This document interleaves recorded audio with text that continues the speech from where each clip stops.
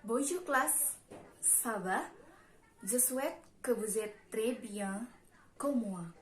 Saya berharap dimanapun kita sekarang berada, kita semua berada dalam keadaan yang baik.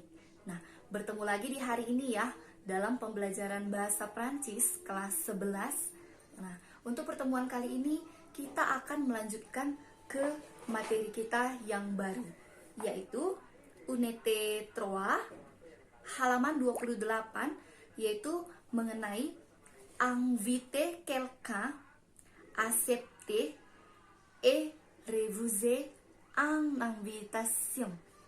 Sudah? Ya, inviter artinya mengundang atau mengajak. Accepter artinya menerima atau memenuhi. Oke, kemudian refuser. Refuser artinya menolak atau membatalkan, ya. Nah, jadi kita akan mempelajari mengenai 3 topik berikut ini. Nah, silahkan anak-anak madam didengarkan penjelasannya sebentar lagi. Nah, adapun tujuan daripada pembelajaran kita kali ini adalah agar kalian bisa membuat satu kalimat, ya, atau agar kalian bisa menggunakan kalimat atau ekspresi inviter, refuser, et accepter, ya, dalam kalimat bahasa Prancis. Nah, semoga kita semua masih memiliki semangat ya dan motivasi untuk mengikuti pembelajaran kita berikut ini.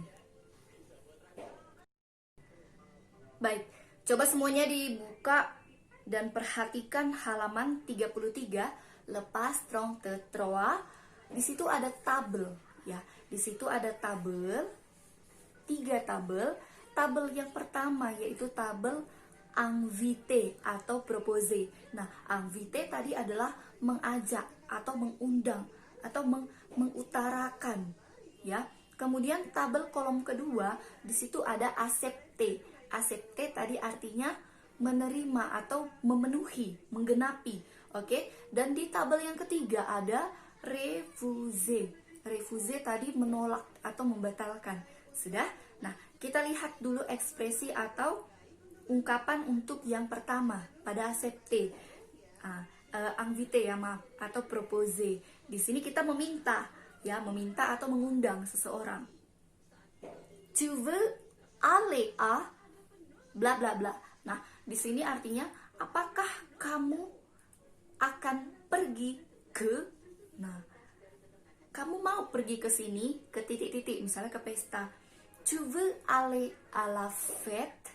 Nah, jika kamu dapat memenuhi atau akan datang, boleh kamu ikuti ekspresi yang pada kolom accepter. D'accord, ya, artinya oke atau setuju. Nah, kemudian kalau kamu tidak bisa atau tidak bisa datang atau kamu mau membatalkan, kamu bisa bilang jawabannya seperti di kolom yang refuser. Nah, misalnya non, je n'aime pas ça.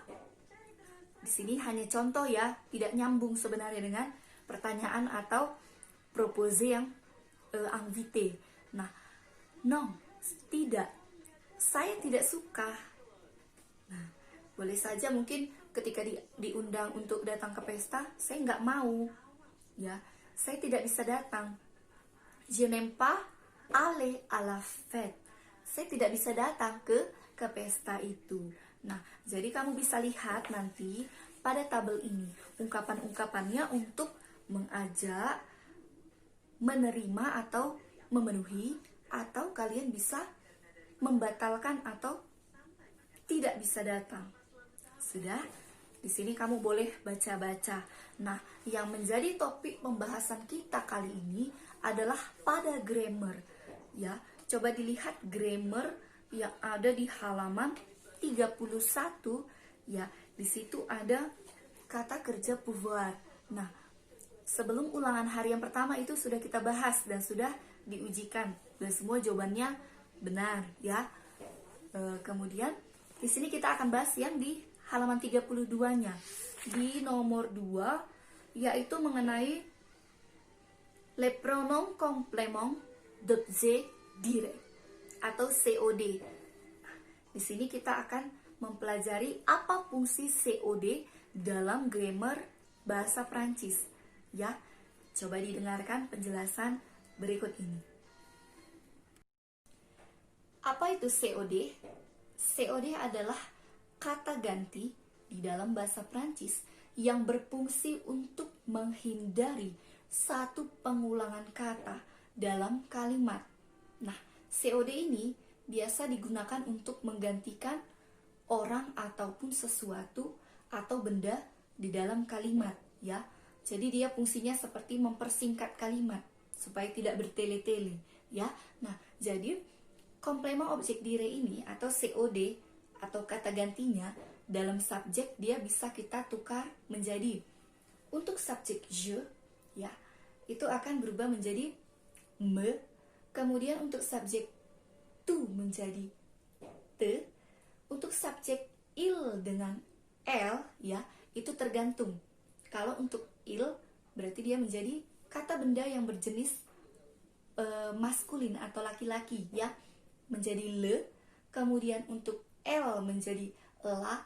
Dan nanti ketika bendanya itu adalah benda yang apostrof, ya, ataupun huruf H dan vokal, ya, maka kita gunakan menjadi L apostrof. Nah, ini seperti penggunaan artikel kata benda. Nah, kemudian untuk subjek nous ini tetap menjadi nous. Kemudian subjek vous tetap kepada subjek vous, pronom vous. Kemudian untuk il dan else, ya, ini adalah kata benda yang jamak, yaitu les. Karena orang dan kata benda dan sesuatu itu semua termasuk ke dalam nom ataupun kata benda. Jadi kata gantinya itu kita hanya gunakan artikelnya saja. Nah, artikel sudah tahu, ya, le, la, l apostrof dan les. Nah, di sini kita akan bahas penggunaannya ke dalam kalimat sebagai fungsi kata ganti atau COD. Nah, saya akan kasih contoh kalimatnya seperti ini. Saya membeli apel. J'achète les pommes, ya. Di sini apelnya ini jamak, le, ya. Nah, jadi kita mau buat penyingkatannya. Saya katakan penyingkatan lah, ya. Karena di sini fungsinya untuk mengurangi bobot kalimat, mempersingkat kalimat.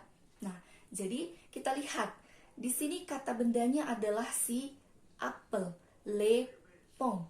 Nah, jadi kita mau gantikan si les pommes ini kepada pronom objek dire. Nah, coba perhatikan untuk benda yang jamak.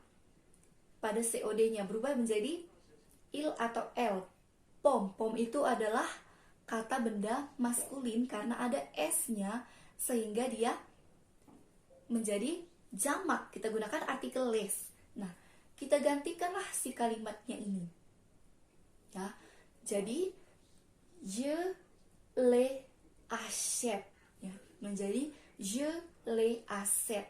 Nah, jadi di sini si pomnya tadi tidak kita masukkan lagi ke dalam kalimat karena kita sudah menggunakan pronom objek dire atau untuk mempersingkat kalimatnya supaya tidak bertele-tele, ya. Nah, jadi di sini untuk membuat kalimat yang kedua, si apelnya tidak lagi kita tuliskan, hanya si pronomnya saja, ya. Nah, jadi pola untuk pembuatan kalimat yang menggunakan COD adalah setelah subjek, ya, kita masukkan pronom COD-nya. Nah, setelah pronom COD baru masuk ke kata kerjanya. Jadi kata kerjanya itu berpindah. Seharusnya pola kalimat itu kan subjek, kata kerja, kemudian objek. Nah, pada kalimat pronom COD ini akan sebaliknya. Jadi kata kerjanya ini akan bertukar kepada si pronomnya, sehingga subjek, ya, kemudian diikuti oleh pronom atau kata ganti, kemudian diikuti oleh kata kerjanya. Nah, seperti itu saja, ya, sehingga nanti makna kalimat ini artinya itu sudah nya. Nah, misalnya tadi j'achète les pommes, saya saya membeli apel. Nah, kalau untuk kalimat pertama artinya saya membeli apel. Namun untuk kalimat yang kedua artinya menjadi saya membelinya. Nah, di sini kita sudah bahas di kalimat yang pertama, sehingga pada kalimat kedua kita tinggal ucapkan nya atau kita singkat kalimatnya. Nah, jadi di sini pada pronom objek direct pada kalimat COD ya, di sini arti kata bendanya itu sudah menjadi nya semuanya. Oke? Inilah dia untuk fungsi mempersingkat kalimat ya, atau menghindari pengulangan kata. Oke? Nah, saya harap semuanya bisa paham ya. Nah, jika ada yang kurang memahami, boleh ditanyakan kembali nanti kepada saya. Oke, baik. Inilah materi kita untuk hari ini, penjelasannya. Jika ada yang mau ditanyakan, saya persilahkan. Oke? Nah, untuk penugasan kamu, coba kamu perhatikan latihan 4 ya. Nah, di situ contoh sudah ada dijawab nomor 1. Kamu tinggal melanjutkan nomor 2 sampai dengan nomor 6-nya, jadi totalnya 5 soal. Nah, perhatikan contoh yang nomor 1. Di sini bentuk soalnya adalah pertanyaan ya. Est-ce que tu utilises le stylo?